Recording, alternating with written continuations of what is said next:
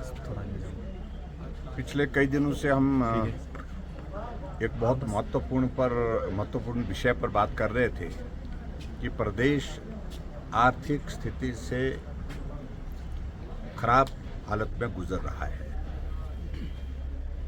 और बार बार इस बात को लेकर के मुख्यमंत्री जी ने भी कहा, कई सभाओं में कहा, कई कार्यक्रम में कहा, विधानसभा के अंदर भी कहा।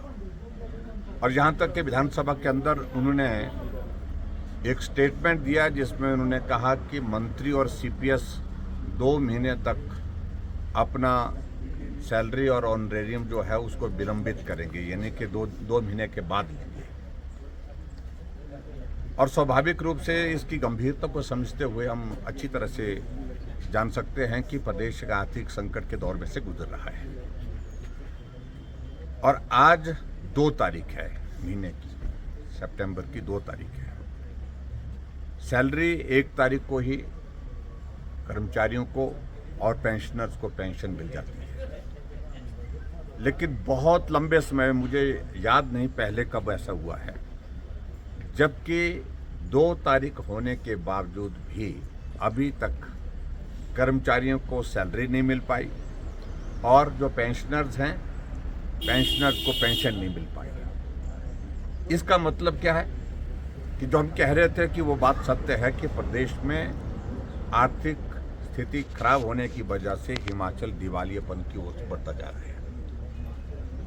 और मैं इस बात को लेकर के हैरान होता हूं, कई बार मुख्यमंत्री बोलते हैं कि हालात खराब है और कई बार मुख्यमंत्री कह देते हैं कि हालात खराब नहीं है, आर्थिक स्थिति खराब नहीं है।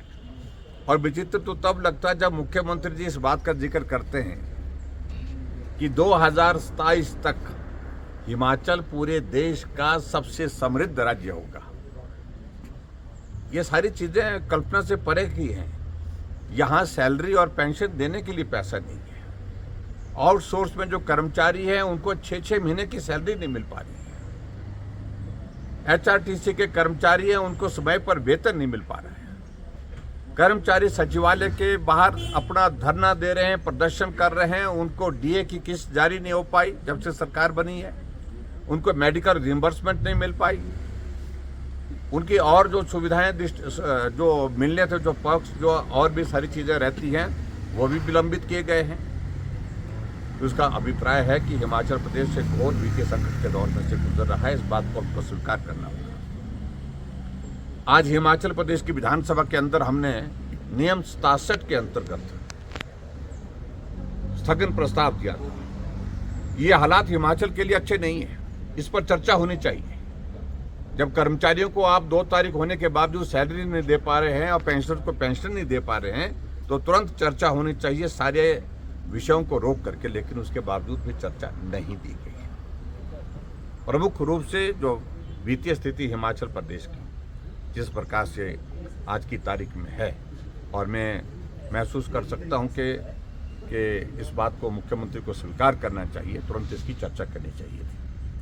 और दूसरी बात जो हमें लग रहा है कि अब सैलरी का और पेंशन का विषय जो है वो 6 तारीख तक, क्योंकि 6 तारीख जो रेवेन्यू डेफिसिट ग्रांट की जो किस्त वो हिमाचल प्रदेश को मिलती है और वो आने के बाद थोड़ी जो है वो देने की स्थिति में हो पाएगी। इस वक्त हिमाचल प्रदेश को 2000 करोड़ रुपए, अगर 1 महीने की सैलरी देनी है तो 2000 करोड़ रुपए देना पड़ता है, जिसमें से 1200 करोड़ जो है वो सैलरी का कंपोनेंट है और 800 करोड़ जो है पेंशन का है।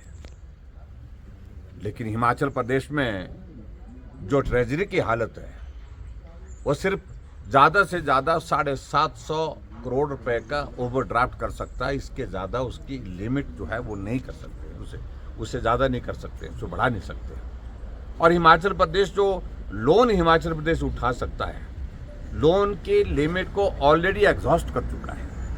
लोन लेने की स्थिति में नहीं हो पाए, क्योंकि ओपीएस लागू करने के चक्कर में जो एनपीएस जो दूसरा कंपोनेंट था, उसमें जो लोन लेने के लिए, बोरोइंग के लिए कि आपके लिए 2000 रुपये का स्कोप और था, वो भी आपने एग्जॉस्ट कर दिया, उसको आप ले नहीं सकते हैं। तो ऐसे हालात में हिमाचल प्रदेश में एक आर्थिक संकट पैदा हो गया है, जो सबके लिए चिंता का विषय बना है।